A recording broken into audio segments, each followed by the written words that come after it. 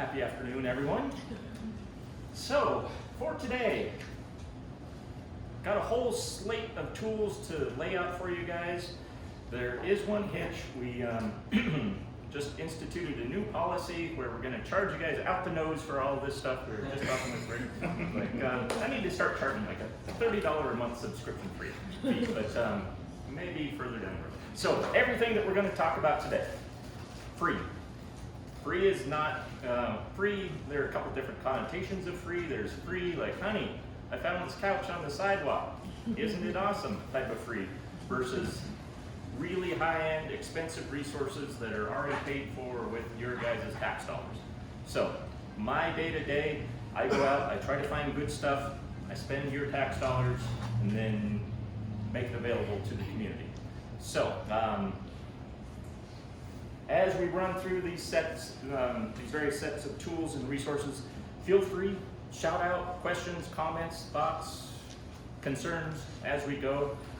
Also, just know that the set of tools that we have in that brochure should have gone around already. It's not set in stone. So if there's something else out there where you think, man, my business could really use access to xyz.com, whatever it is, let me know. Because there are probably enough of us in the Spokane community that if you need it, and you need it, and you need it, that we can all get into a room, pass a hat around the room, the library can act as kind of the crowdsourcing hub, and then we make it available. Everybody wins. So with that, let's go ahead and dive in.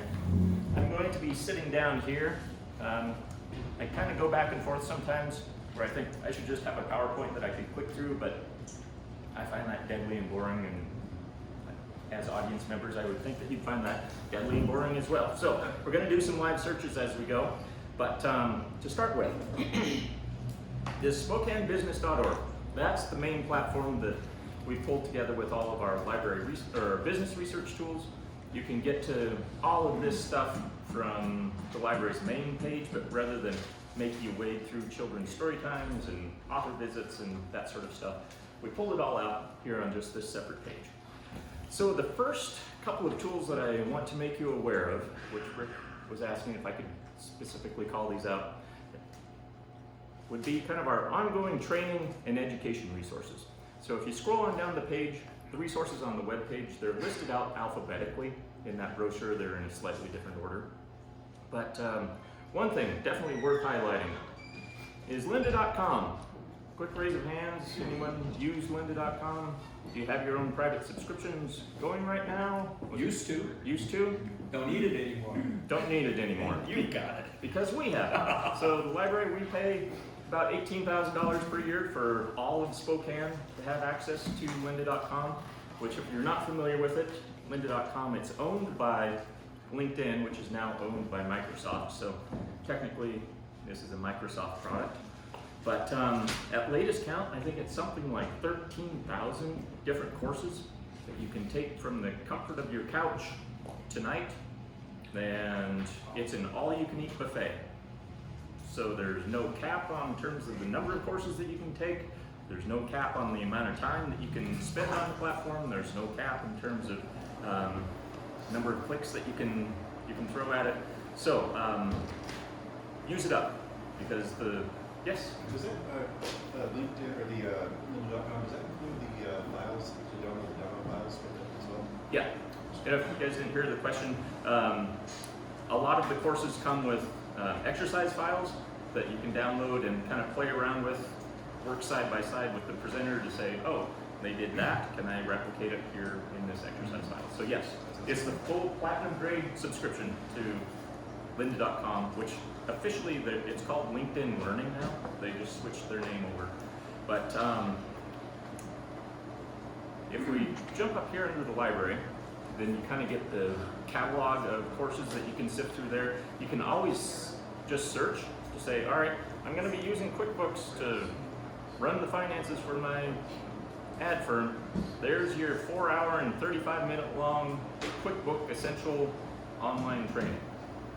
They just march you through it so that you know that as you're putting your data into QuickBooks that you'll be getting good reports back out.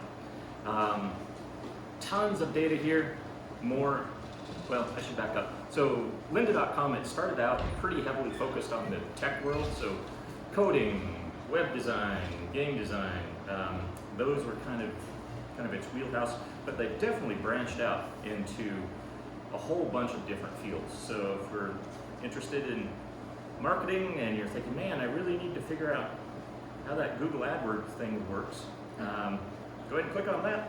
You got 8 courses there. There's your Google AdWords, the Essential Training course, and I think it's something like close to 4 hours long. Yeah, so this, you can start, if you make it halfway through the course and you need to log off, go pick up your kid from sports practice. The next time you log back in, it will pick you up exactly where you left off. Super slick and really valuable. I think it's something like $360 per year for an individual subscription. So if you're paying that, stop. Don't do that. You can get it here for free.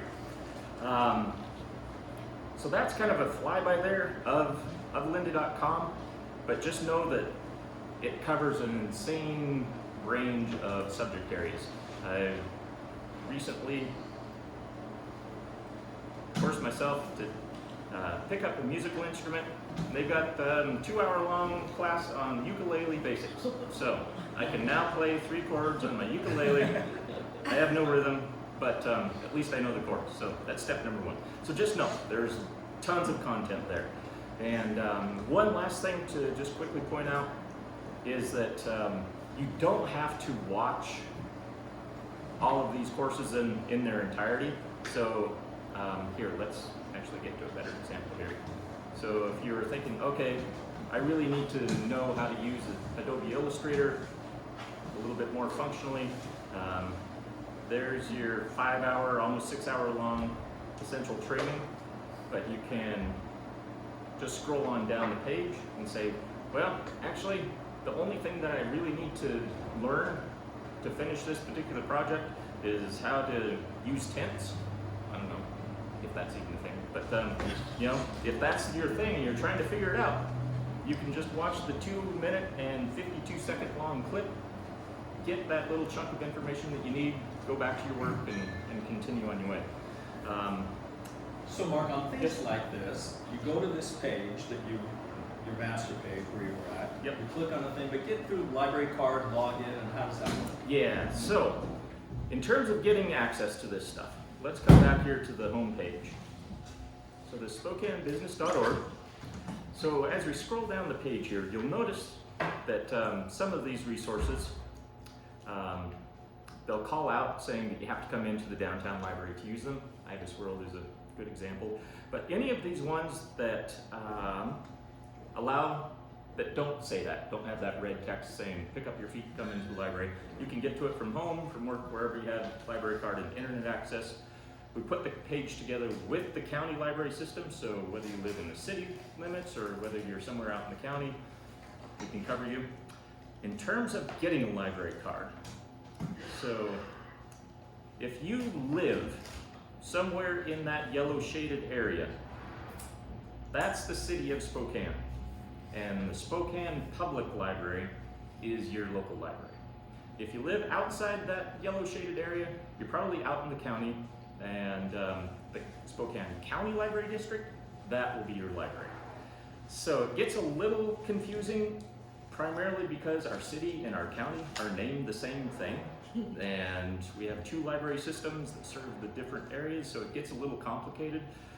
When I worked for Seattle Public Library, they had the same issue with Seattle versus King County, but at least they had 2 different names to work with. So if you live within the city limits, get a card with the Spokane Public Library, and to do that, I'll quickly run you through that process. So if you go to Spokane Public Library, this is our main page for the library. Up here under the Get a Library Card, there's a couple of questions here. Just say, yeah, I'm an adult living somewhere within the city limits, and there's a form there to fill out. Let me know when you've gone through that process, and I can make sure that everything gets processed and up and running. So if you live within the city limits, that yellow area, and you don't already have a library card, raise your hand. There we go. No. All right, so, excellent. That's a good ratio of folks that already do have library cards, or you guys live in Idaho or something like that. All right, so, one for you. And you live within the city limits as well? Okay, perfect. I neglected to raise my hand too. Okay. All right, so when you go to that site that I just mentioned, the library's website, say, yes, I'm an adult living somewhere here in the city, I don't have a library card. It will give you a temporary card number when you run through the online form. If you just copy and paste that temporary card number, send that to me along with this card number, I can marry the two of them, and then this becomes your permanent card. So when you apply online, we give you a temporary card number that's good for a month. Our database vendors, lynda.com being one of them, they get bent out of shape pretty quickly when they found out that we're doing remote card registration. They're like, what keeps people in Canada from logging into SpokaneLibrary.org and getting a library card? Or no, you guys aren't paying for those folks. So that's the reason why I'm gonna have to jump through these hoops here. So I live in the valley. I can Yes. still, because I'm not in yellow. I'm Yes. still okay? So what you would do, if you live in the valley, probably in that shaded area there, your most direct route would be to go to scld.org, that's Spokane County Library District, Okay. and they have a very similar card application page down here in the lower left-hand corner. Okay. Get a library card. You'll need to swing by, I stop in. have a card. Oh, you I just do? want to make sure that I can Oh, okay. access these resources. Like, it's fine Yes. to have, okay. Okay, excellent. Perfect. Yeah, so if you live at somewhere out in the county, you don't already have a county card, that's the process there. Okay. I have spent the last decade of my life trying to come up with a synopsis of what we just went through there. It's horrible, it's awkward. In my ideal world, if I could wave my library wand and do away with the city-county split, I think that the citizens of Spokane would be better served, but it requires changing state law before the city library can merge with the county. So Great. that'll be a ways down the road.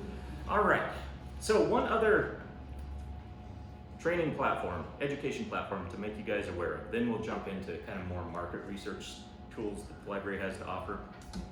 The other one to make you aware of are these, or the Gale courses. So these are college level classes, get access to for free with your library card, and you can do it from home, again, from outside the library. We don't give you course credit because we're not an accredited institution, but there are colleges and universities around the nation that this is their online learning platform. I'm not sure if they re-upped this year, but I know that last year, if you wanted to take the accounting fundamentals course at SCC, this was the exact same course that they were offering for credit, taught by the exact same instructor, the exact same syllabus, the exact same course structure, just that they were charging you and giving you course credit, whereas we weren't charging you and not giving you course credit. So hundreds of courses that you can take there. I don't know the exact number off the top of my head, but a lot, well into the hundreds. So one thing, and I don't know if this probably doesn't have immediate application here in the room, but just to kind of give you a sense, I was working with the head of HR for multi-care here in town, and I was showing him these various resources. He's like, is there some resource out there that would give my nursing staff ongoing clock credit hours for the education that they have to do? I was like, well, yeah, this isn't necessarily showing. I don't know if this can be focused a little bit more. Yeah.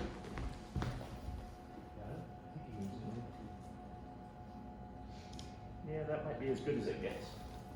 Yeah. Just know that I think that we added up all of the various clock hours that this particular class. It's 16 hours of ongoing education credit. I think for the requirements of nursing staff in Washington State, there's something like 12 years worth of ongoing ed classes that his staff can get to for free.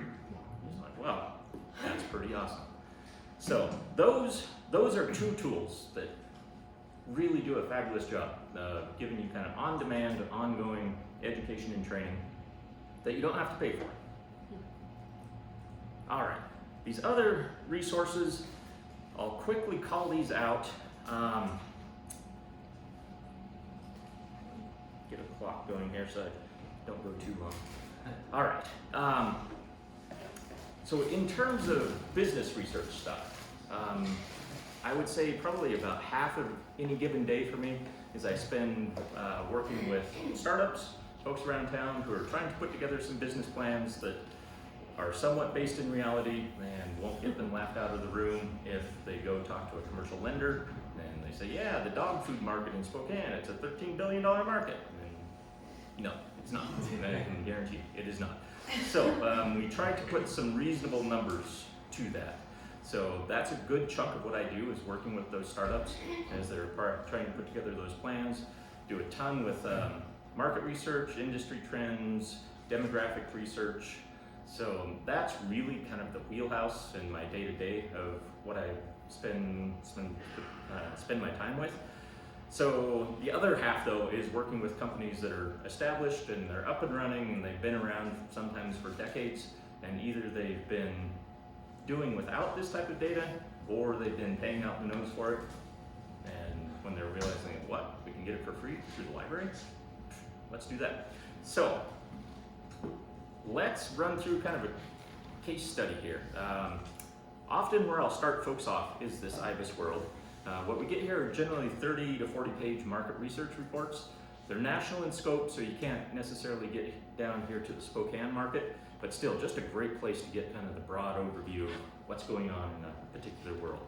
So if you're going to be going and talking to a brewery tomorrow and pitching them on your services, and you're thinking, well, I don't really know the brewery world, I probably should have some sense of what's going on in their space. Hop on IBIS World, and that will be a great place to kind of give you that foundation layer. And eventually, it's going to open up here. Come on.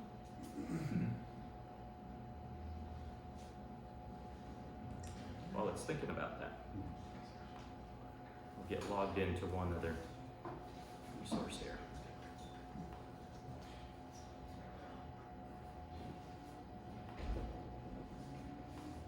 Okay, all right, now we're into IBIS World.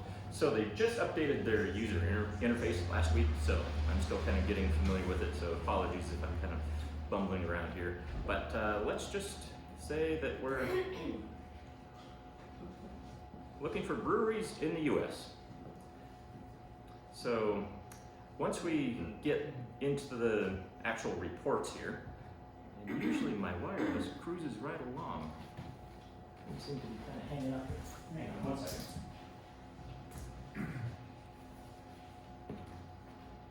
Well, there you go. Yeah, it's up in, yeah, got a couple bars. Should be all right, but we might just have to slow it down here a little bit. All right, so breweries in the US. Probably 40 some pages here of what's going on in this particular world. Each one of these reports, should we download it, dump it into a PDF, it captures everything that's back behind each one of these tabs over here on the left-hand side. $925 is what IBIS World charges retail for each one of these reports. So if you tried to get to it from home, they'd say, pull out your credit card, give us $925. Don't do that. Come to the downtown branch, get it for free. And I've had folks come in, sit down with their laptop, connect to our wireless, and they run through, they grab the breweries in the US report, they grab the sugar processing in the US, they grab glass product manufacturing, and within about 15 minutes they walk out the door with tens of thousands of dollars worth of these market research reports. And they're super happy as they go. So they can just come into the location on their own laptop. Yeah. That's what you're saying. Okay. Yeah. Okay. And IBIS World, you do have to be at the downtown branch specifically, but just connect to our wireless, and Fantastic. it's an IP address Great. type of authentication. Great. So kind of some of the data that we can pull up here, just to give you kind of a sense and flavor of what's in each one of these reports. So your basic SWOT analysis and the executive summary, growth rates, where it's been historically, where they see it going, some segmentation breakdown, which is sometimes really handy to know that, okay, craft beer is making up 13.2% of industry revenue. So it seemed like a couple years ago, every other person that I worked with wanted to open a craft brewery. It was crazy. But you know, I would have guys coming in with their idea for a craft brewery, and there's a separate report in here just specifically for craft beer. And you know, they would have their Huckleberry Stout, and they'd say, I'm gonna just take over the craft brewing world with my Huckleberry Stout. We pull up the craft beer report, and we get this segmentation breakdown specifically just for craft beer. And fruit beers make up something like 2.3% of the industry. So for them to have kind of that reality put right in front of them and say, well, yeah, you might take over the craft brewing world with your Huckleberry Stout. You got a long uphill climb though before you get anywhere close to having kind of dominant market share there. So I won't march you through each one of these tabs here. We could be here all day with just that, but just know that data galore. And one other thing that's worth calling out though, I'll call out this key statistics tab. So you get 10 years of historical data, 5-year projections where IBIS World analysts see things going. But then if it's a large enough industry, they'll also throw in these financial ratios, which again, for business planning purposes, it's huge.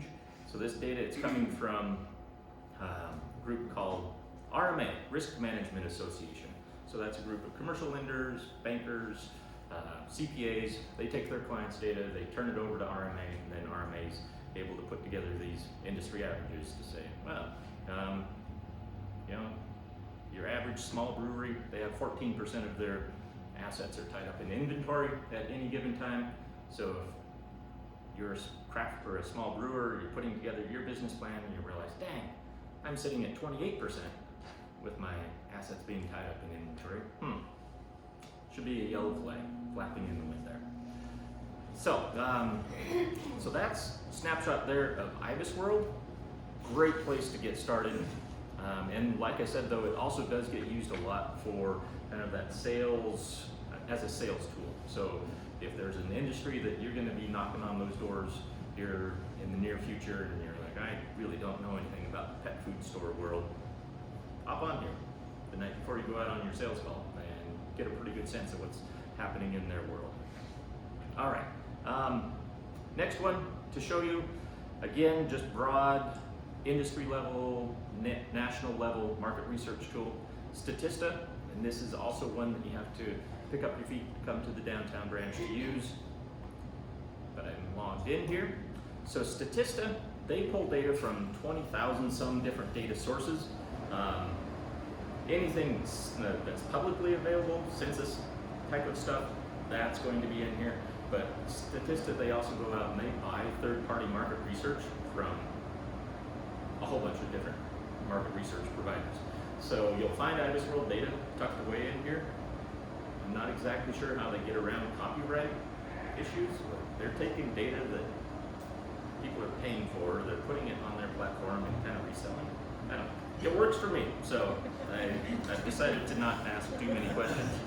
But let's just say that this is just a horrible, awful search. Don't do this at home, but beer. We search for beer industry. We've got over 1,000 different data points. If you're doing any sort of international work, Statista, it's a German-owned company, so you get a lot of weird international data thrown in there. Here, let's just grab a data point kind of here at random. So, leading craft beer brands in the U.S. in 2019. Blue Moon, which, you know, they've got $326 million in revenue. And for true craft beer drinkers, look at that. Blue Moon is not a craft beer. No. So, you gotta change up your definition here. They're fighting words. Exactly. So, but any one of these data points, Statista does a really good job of kind of standardizing the data, just making it super easy to glance at that chart and say, okay, got it, understand that. They always link out to the source of where they found that particular chunk of information, so you can link straight to it. Super handy there. Download it in a number of different formats, should you want to take the data and run with it. So that's just an individual data point there, but any one of these dossiers. So here we've got 58 pages of data, what's going on in the craft brewing world, and this data just goes on and on. So the retail sales versus consumer behavior, let's look at it by age. Weekly craft beer drinkers by age. Your 35 to 44 year olds, they're drinking craft beer at least once a week, a little over half of them. For marketing stuff, trying to figure out, okay, we've got this craft brewery that we're working with, who are we trying to target? And if you're putting together a campaign focusing on those 65-year-old and older folks, just know that you've got a bit of an uphill climb there. So all of this data, download it, save it on a thumb drive, email it to yourself. It's yours to keep and play around with. One last thing just to quickly show you, with Statista, just to kind of give you a sense of some of the depth of their research. So if we just say beer demographics, so Statista, they've started doing their own market surveys. So here we go, craft beer in 2017. So they've got 255 pages of Excel spreadsheet data on craft beer drinkers. They went out and they talked to, does it show up here? Yeah, they went out and talked to 1,003 respondents between 21 and 69 who drink beer at least once a month. And just to give you a sense of what this data looks like, it's probably going to be hard to see here, but I'll pull it up nonetheless.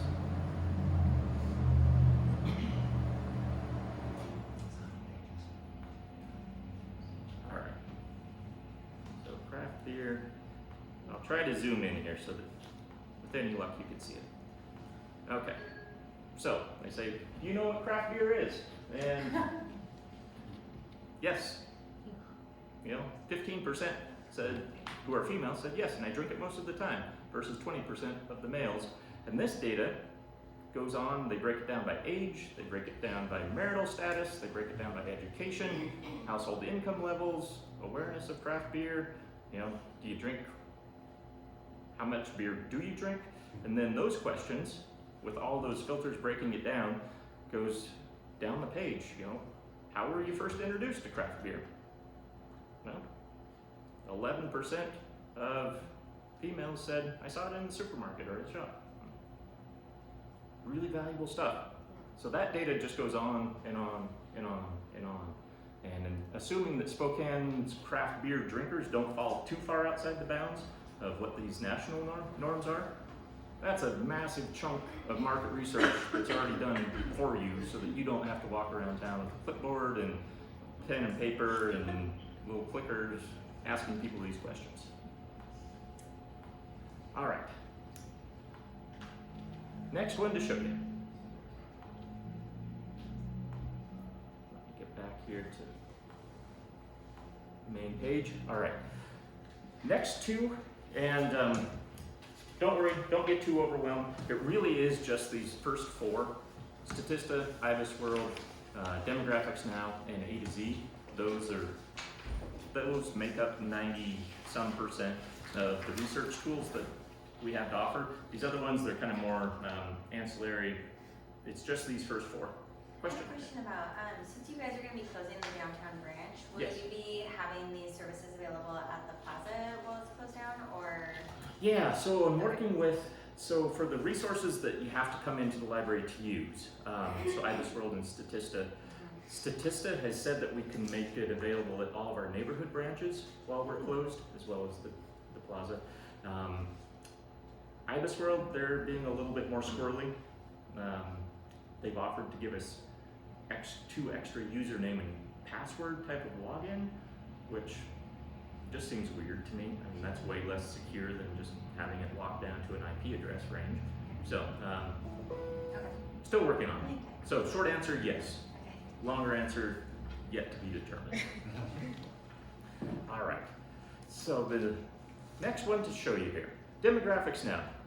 So this one, log in from the beach in Maui, just have your library card, and you're off and running. One of the things that I love about demographics now is that it allows you to drill in on our local market, and you can define that however you want to define it. So it does cover the entire US, but you can set up your local geographic area that you want to focus on in just a silly number of ways. You can do it by census tract, by zip code, by county, by city, by congressional district, by school district. You can put in a street address and do a radius search around that particular point. So completely customizable, however you want to set that up. So for the retailers that I work with, often we are doing kind of that radius search. So let's just use downtown library as the example here. And when we put in a street address, the default is this 1, 3, and 5 mile radius around a particular point, but that's totally customizable. You could say, yeah, I only want 1 and 3.5. There you go. Or for the retailers out there, often we're doing minutes of drive time rather than an actual radius. So there's our 25 minutes of drive time around the downtown library. But again, play around with that, get it to match whatever it is that you want. So once we have our regions selected, and you can have up to 16 different geographic regions going in any one search.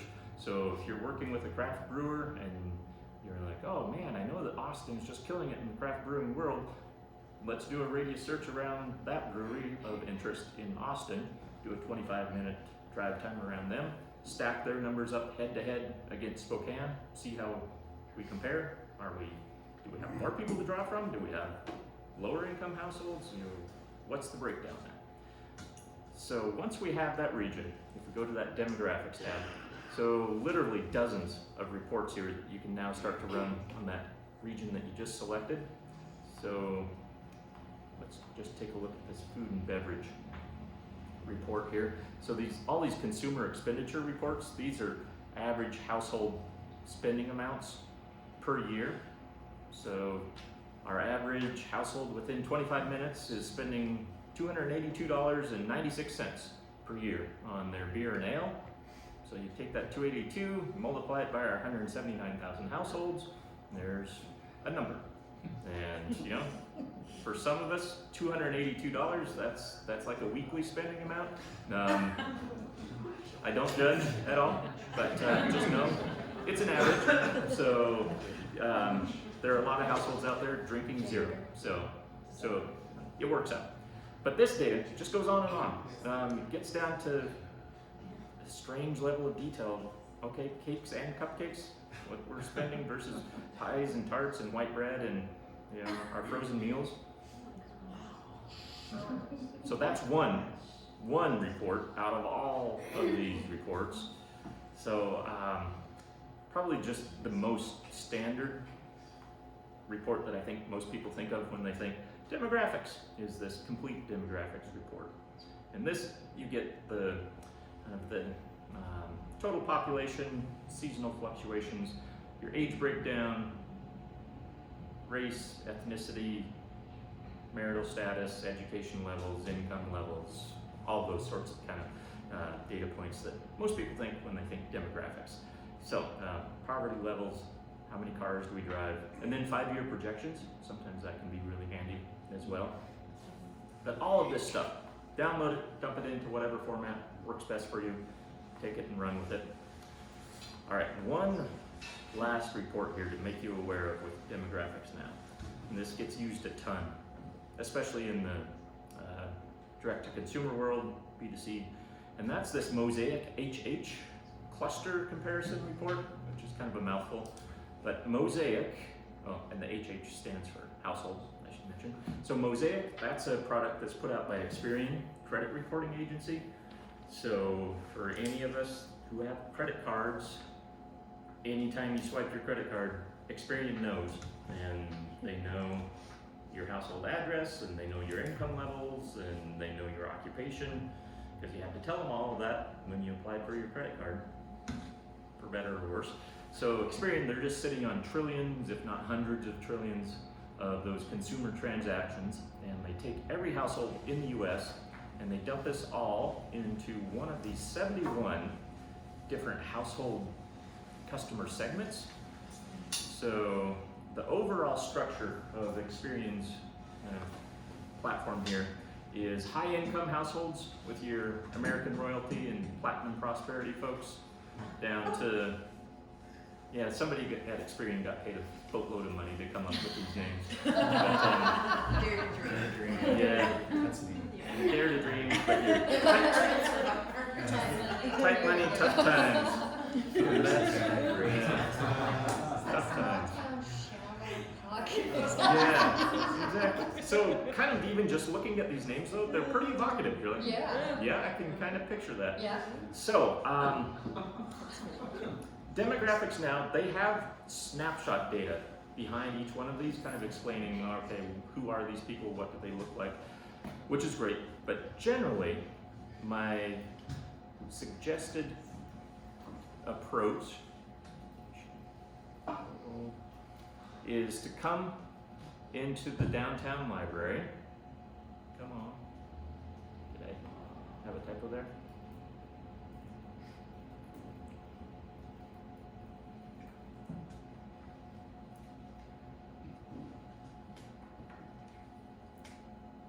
Or did my wireless just crap out? Or both. Okay, there we go. So this segmentationportal.com, this is a publicly available site. Anyone can get to it, but Experian makes it super difficult to get a username and password. If you click here on this, how can I get access? Probably can't see this from the back of the room, but when that little window pops up, it says, call this number, which is not a number that's formatted for the US, and it leads you nowhere. And I've tried taking out the 0, replacing it with a 1, just calling 844-481.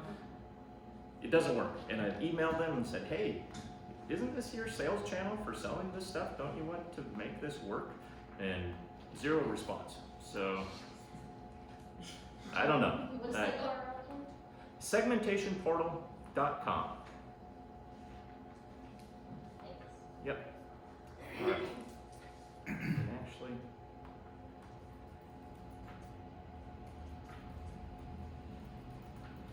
sorry. Usually my LastPass is working a little bit better here, so it gets me right in.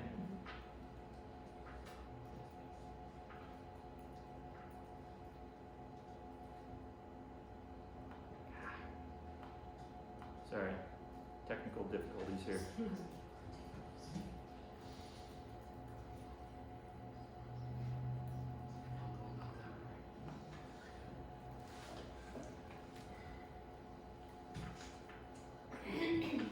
Okay, there we go.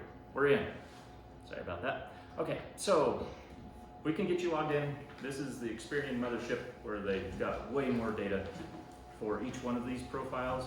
So let's, I'm gonna jump back over here to demographics now. So let's say that you're trying to focus on those kind of well-to-do folks approaching retirement, this aging of Aquarius type of household, and you're like, what is aging of Aquarius? Well, we can take a pretty deep dive here. So they're well off, they're highly educated, they're getting close to retirement, but they give to charities, they're investors. The way to read through each one of these little boxes here. So 95.8% of aging of Aquarius households, they own their own home. And then this number here, it's an index score where 100 is the average across the nation. So they're 50% more likely than average to be a homeowner. And this channel preference, which should come into play for you guys. Those are index scores indicating how well aging of Aquarius households respond to different modes of advertising. So your options are TV, direct mail, radio, texting, email, and social media. And both TV and radio, those include streaming options, so Hulu, Pandora, Spotify, Netflix, that sort of thing. So they're 1.99 times more likely to click on an email appeal than your average household, but they're over twice as likely to do something with social media. Good to know. And whatever you do for these folks, stay away from radio. They're 99% less likely than average to interact with a business in that way. Really handy. Again, Mark, is this pulling from data nationwide? Yeah, On this so one? yep, so these profiles, they're national in scope, so we have, how many was it? We've got 5,831 of these aging of Aquarius households within a 25-minute drive time of the downtown library. Oh, so on that one, it's still giving you your local based on your Yeah. parameters. Okay. Exactly. But the other one gives you the general data set for that group, and then you can use that to kind of apply it to your local. Exactly. Right. Yep, so they're aging of Aquarius households in Seattle, they're in Tulsa, but wherever they are, they tend to look and behave the same. So demographics now will tell you how many folks we have within a certain region, whereas these profiles, that'll kind of give you the national picture. Should you want to take a deeper dive, you can, quick little clipboard there, there's the narrative description of how they view the world, how they spend their time and money. But then down here under this little bar chart, it always opens just to a random data point here, so you never know what you're going to get. But estimated current home value, that they're over twice as likely to have a house valued between $200,000 to about $400,000. All right, good to know. But we can drill down, and see, all right, it said they respond well to social media, but what social media? If you rank that, LinkedIn, followed by Pinterest. Okay. And you know, some of this data, it is survey driven, but the vast bulk of it, which I kind of go back and forth, I have Jekyll and Hyde reactions to this experience stuff where it's just transactional. All they're doing is just watching the data flow past them. The humans, we tend to get kind of squirrely when we start filling out surveys. But I might say I'm a 98-year-old Norwegian man with 7 ferrets. So this kind of bypasses that and gets straight to the actual behavior.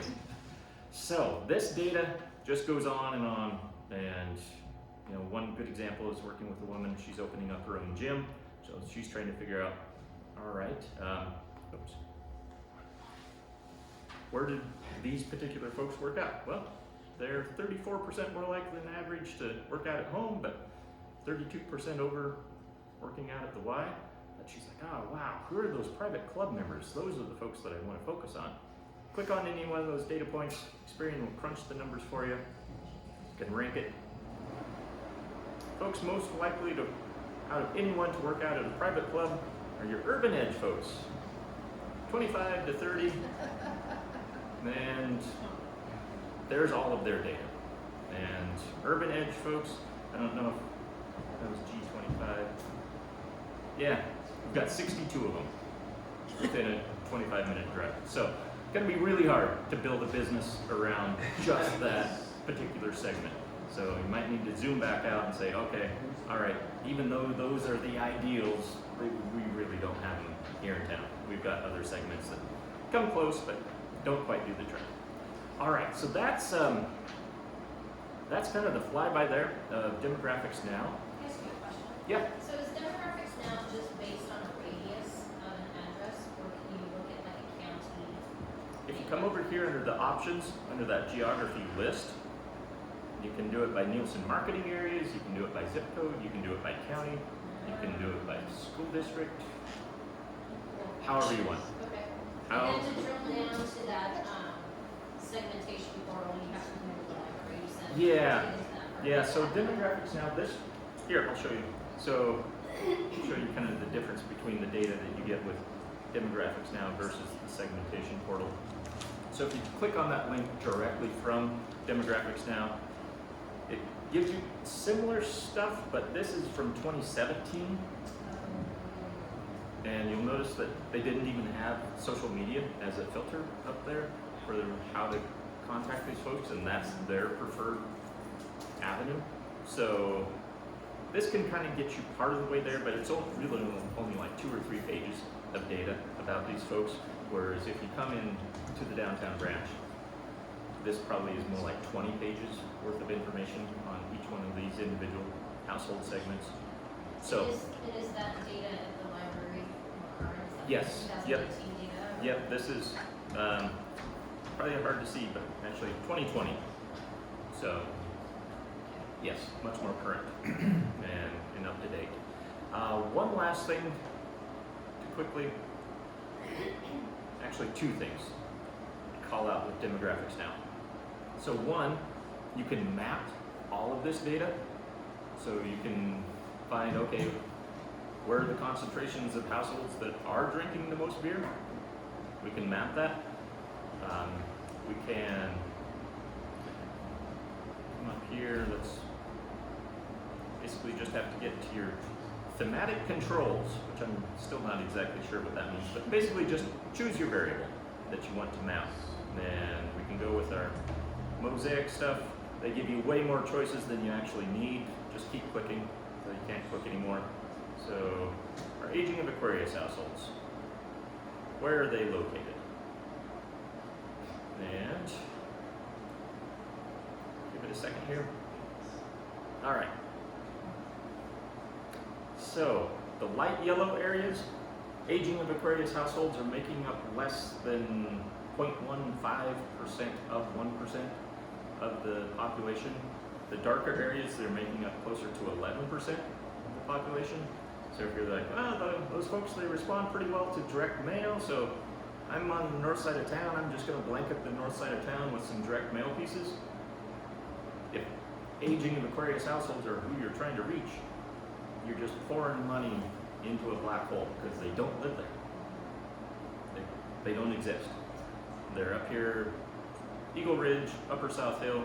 It's not until you get up there past Francis, up here towards Indian Trail, that they actually start showing up.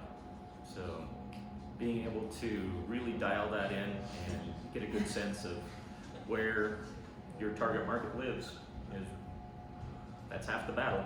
And especially for the startups that I'm working with, and they might have a great idea for a business, but they don't have a background in sales and marketing, and they're just trying to figure it out as they go and trying to get a sense of, all right, I've got a pot of money that I'm going to be able to spend on trying to reach my customers, but being able to point them in the right direction and say, well, don't go here, come over here. Helpful. One last piece with demographics now. So again, this really only works in the B2C world, but if you're working with a business that has been able to capture their customer base, the household address information for their customers, if you go to this reports option, and under report type, go to customer analysis, and then as long as you just have address, city, state, and zip code in 4 separate columns, save that in a CSV file, and then you can say run the Mosaic customer segmentation report, but just for those addresses that you've uploaded, so you're looking at just that business's customers rather than across an entire geographic region. And I've got a sample here to show you what that looks like.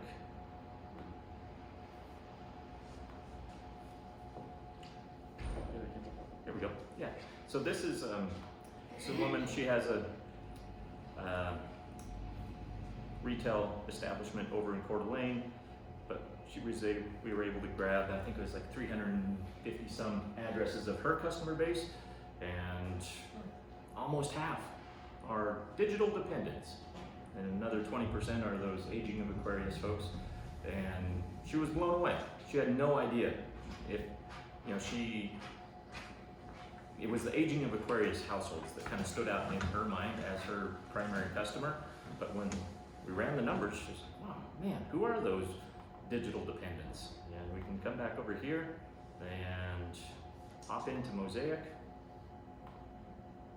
And again, actually, I failed to mention this at the beginning. Don't worry so much about where I'm clicking. You know, we can always meet up for individual one-on-one deep dive. There's my contact information there.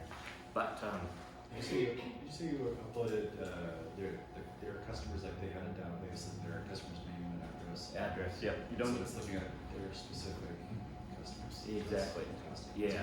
So you don't even need the name, it's just address, and it just sends a quick messenger off to Experian saying, "Hey, Experian, we've got this list of addresses. Who are they?" And you know, so her primary customer base, almost half of the folks that are responding well to what she's offering, they're ambitious video gamers. Okay, all right. They're single and they love their music, so so they respond really well to radio, which also includes podcasts. But if you can get their mobile phone number, text them. That's what works the best. All right, one last piece here. This A to Z. This one's our primary business directory. Use it a ton for competitive analysis types of questions. So, you know, how many breweries are there within a 100-mile radius? That's literally a 13-second search. Gets used a lot for kind of sales lead development. So if your agency, your business has figured out, wow, we really kind of developed a niche of working with manufacturers. As an example, you could come in and say, all right, Spokane County manufacturers, but you can drill in and say, all right, I really don't want to work with furniture manufacturers, and I'm allergic to latex, so not the rubber, but run the search, and there's your list of 1,123 Spokane County manufacturers of various stripes. Then you can download that, dump it into a spreadsheet. If you've got some CRM product like Salesforce, upload that into Salesforce. Get it out. You can keep doing that all day, every day. On the consumer side, under this Find a Person, something very similar, but A to Z, they try to keep tabs on where we spend our time and money. And so again, if we look here, Spokane County consumers, you can break this down by age, you can break it down by gender. Actually, I'll come back to that. Use that example of the gym membership of the woman who's opening up a gym. She wanted to work with younger women, recent moms, so we came in and say, all right, show us Spokane County women between 26 and 49 that are into their health and fitness. And we run our search for that, and there are 25,314 Spokane County women that are into their health and fitness in that age range. And names and addresses, some phone numbers. These are mainly landlines generally, that you can map this, you can put it onto a map. Coming back to that demographics now example of uploading a customer base, she was like, this particular woman that I was working with opening up her gym, she's like, I don't have a customer base. Well, you've got 25,000 addresses that we can download, run that through the demographics now segmentation report, figure out, all right, for these 25,000 Spokane County women of this age range that are into their health and fitness, are they digital dependents or are they urban ambition? Whatever, who are they? Can really help move the needle, move thing, whatever the analogy is. Move the ball down the field. Let's go with that. All right, so that's A to Z. All right, these other ones, I'll just quickly fly through, but just know that those four really make up the bulk of what we have to offer. Bloomberg, that's one that I can't bring with me. We're one of 2 public libraries in the nation that give public access to a Bloomberg terminal. It's us and New York Public Library. And New York Public, they had theirs gifted to them by Michael Bloomberg, so they cheated. We're paying for ours. But it's the exact same tool that Wall Street traders use all day, every day when they're making their multi-million-dollar bets on buy Facebook, sell Amazon. So massive amounts of market research stuff that gets down to a level that just blows my mind. That we could pull up, as of 10 days ago, how many prescriptions were filled for Alzheimer's medications and what was the cost for them.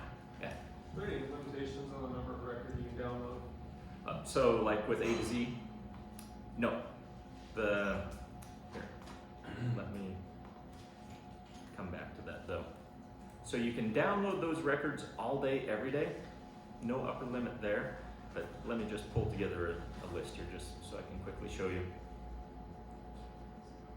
Come on. All right, so we get Spokane businesses. All right, great. So you might not be able to see this back there, but so you can, it says you can email, download, or print up to 1,000 records per search, but you can do that in batches of 1,000 all day. Just keep doing it till you're blue in the face. A to Z, their bread and butter is selling these lists. So if you get a list of 20,000 businesses, ideally for them, they want you to pick up the phone and say, hey, I just ran this search, can you just send me that download all in one file? But so the friction that they throw in is that they only put 25 records on a page, and they don't let you change that. So if you wanted 1,000 records, you did basically have to do this up through page 40, which, you know, if you're only looking for 1,000 companies, then it's a matter of like 4 minutes out of your day. But this process, it can get pretty mind-numbing pretty quickly if you're trying to download thousands and thousands of records. And you don't host this data on the library server? So No, nope, nope. Just coming directly from me. All right, business source complete, magazine, newspaper, trade journal type of database, thousands of publications there. Harvard Business Review, marketing journals galore, get to it all from home. Demographics now, we looked at our foundation directory, that's our grants research database. You pretty much have to be a nonprofit for that to have some application for you, but if you're working with any nonprofits, let them know that that's the gold standard for doing grant research. Yeah, courses we looked at, this world we looked at. LivePlan, that's our business plan software. So for folks who they've got a great business idea, but they're kind of struggling to put the plan together. This is awesome. It just marches them through it. It has a really strong financial component, so it'll kind of generate their P&L for them and their balance sheet and do their cash flow for them. Lynda.com, started with that. Morningstar, more stock, mutual fund research. PitchBook. This one, I'll come back to PitchBook really quickly. But Enunciator, should you need to expand to France, need to learn French, there's language learning platform. ProQuest, another magazine, newspaper, trade journal type of database. It does cover the Spokesman and the Journal of Business, both going back to the early 90s, so great for that local research piece. Reference USA, we had subscribed to that up until about this time last year, then we jumped ship over to A to Z. The county library, they kept their subscription, so it kind of complicates things, but on the balance, it actually works really well that we have access to both, because I think Reference USA does a better job on the business directory side of things, whereas A to Z does a better job on the consumer side. So just know that they're very similar though in terms of what they do. Statista, then Washington State legal forms, it's pretty self-explanatory. All right, one last thing here just to quickly run past you. We are the only public library in the nation that has a subscription to PitchBook, and this may or may not hit a target for you guys, but PitchBook, it's a database of companies that have received venture capital, private equity, or angel investor funding. So your average mom and pop coffee shop generally doesn't show up here in PitchBook, but you can basically search those companies either to find, okay, what companies are within a particular industry or within a space, or you can kind of flip the search on its head and find out who are the investors in those companies. You know, if we just come in, look for companies, we can say, all right, we're looking for biotech companies that are somewhere here on the West Coast, and let's just search for those headquarters. got 254 companies that fit that profile. 2019 was a banner year for them in terms of getting VC funding, but here are your 254 companies, and it's just spreadsheet data, so it's not the sexiest to look at, but the data that is here is really just jaw-dropping. So when did they receive their funding? Oops, come on. And if you scroll over here to the right, you'll get contact information, when they were acquired, often names, emails, phone numbers, and we can click in on any one of these. So Adaptive, Symbiotic, whoever they are, will give us information about how long they've been around, how much funding they've received, and you know, there's Russell Rodriguez, there's his phone number, there's his email address, and they're primarily out of Seattle. We can jump down here to their investors, figure out, oh, whoever Twinham Agricultural Group is, they funded them. And Johnny, easy guy to talk to if you're looking for similar types of funding. So this gets us access to a whole pool of data that is really hard to get to otherwise without a PitchBook subscription. And like I said, we're the only public library in the nation that PitchBook was willing to work with. So it's a pretty unique tool. So come on in, eat it up. Yeah. How are you the only library in the nation? Couple of bullet points. One, some hard work on my part, but secondly, and probably more importantly, luck. So Spokane, we're just kind of Goldilocks sized community where as a library, we're big enough to have a certain size budget to work with. So, you know, Ritzville Public Library is awesome, but they're tiny and have limited scope of what they can do. But the flip side is that we're not so big that when I call up PitchBook and say, hey, I want a subscription to your data, they initially were really resistant. They're like, no, we make a ton of money selling this data. Why would we give it to you so you can give it away for free? And my appeal to them was, look at your sales for the Spokane region over the last couple of years. Really, do you have subscribers to PitchBook? And I'm like, no. All right, and I said, well, I'm basically offering to pay you to be your outside sales guy because I work with Gonzaga, I work with Whitworth, I work with Eastern, and students eat this stuff up. So, so we're not so big that we're horning in on some of their sales.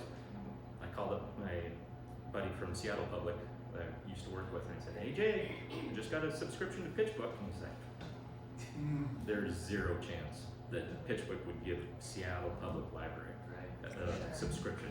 That just blows their entire Seattle market. So, kind of a merging of factors there that work really well for Spokane. So with that, that's the flyby. But kind of last parting shots, two things to leave you with. One, you've got my contact info, that trumba.com link, that links to my calendar. Should you want to meet up for more of a one-on-one session and take a deeper dive into any or all of these tools, please do that. No need to call or email. Here's what that link will take you to. So basically, if I have a time set aside, so meeting with Mark on the 29th at 2:30, quick sign up, put it in your information. No need to call, no need to email. I've set it aside, so it's all set to go. Last piece, this set of tools, it's not set in stone. So if there's something out there where you think, man, we want access to SRDS or something along those lines, which the library, we used to subscribe to the print version, and they stopped printing it and it got ridiculously expensive. But if that's something that everybody in the room kind of needs and would benefit from, let's have a chat, see if we can round it up for the community as a whole. So with that, I will stop there, and if you guys have questions, thoughts, other ideas, shout them out. Looks like we've got some time here. Yeah. This has just been really eye-opening for me. I mean, I can't believe what you offer, but just, I'm not crazy about somebody is concerned concerned about privacy so much, but it is kind of, how can they just put names and phone numbers and emails and all that on there, you know? Yeah. How do you get that? So, like those lists of A to Z, like Spokane County women interested in their health and fitness. Yeah. So, if that first person on the list, if they subscribe to Shape Magazine or Runner's World, those magazine subscription, that data gets chopped up and sold around. People can buy it and sell it. Product warranty cards. If you buy a new treadmill, you send that back in for your product warranty. That's just a vacuum cleaner for that type of data. Your store loyalty card program, Fred Meyer card, Safeway card, Costco possibly. So they're just scooping all of that up. Anything that ties your purchases directly to your household address. Unless you specifically say, I'm opting out, don't include me in sharing my data. And if it's Facebook, they do it anyway, even if you tell them not to. So, yeah, so like I said, kind of Jekyll and Hyde reaction to some of this stuff where business librarian Mark, I'm like, this is awesome. This is super amazing stuff to be able to roll out to the Spokane community. Private, personal Mark, like, yeah, I think I'm gonna pay cash. And that's kind of where I've fallen. And you know, credit cards are awesome with the flights and the flight miles, air miles. And I have an REI credit card, which I get a rebate back every end of every year, and just it's like candy. I'm like, yay! But then I think, okay, all right, I'm definitely giving up something in return to get those perks. So yeah, so that's my best answer. This may be a little off the subject, but somebody told me a long time ago that your name, address, phone number, email, all that context, it's like there's like a price on that, you know. Totally. Buy and sell that. Yeah. It So goes up every year. So these mosaic profiles, I didn't call this out, but so like our digital dependents. So Experian, they have 8.41 million mobile phone numbers for digital dependents scattered around the nation.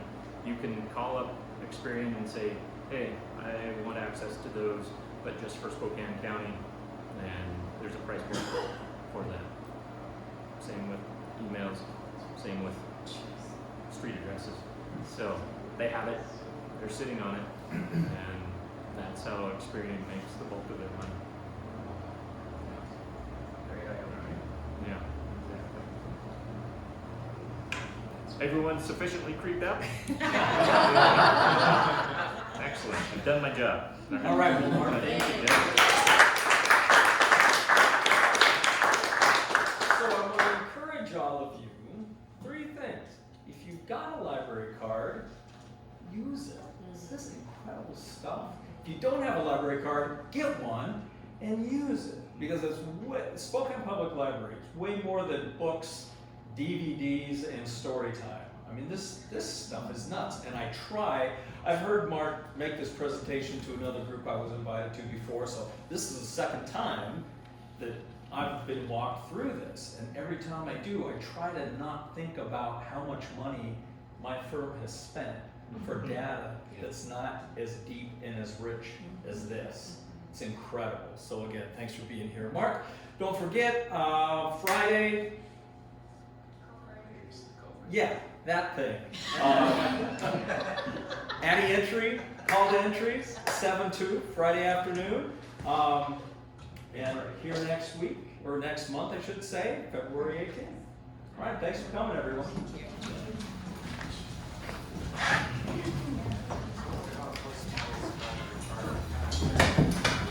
Yeah.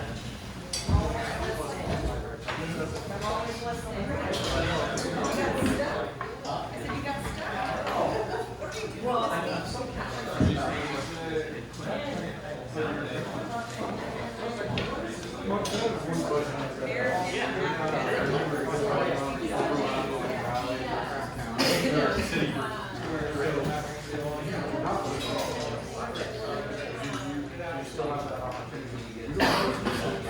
Getting the value card, how does it work? Yeah, so,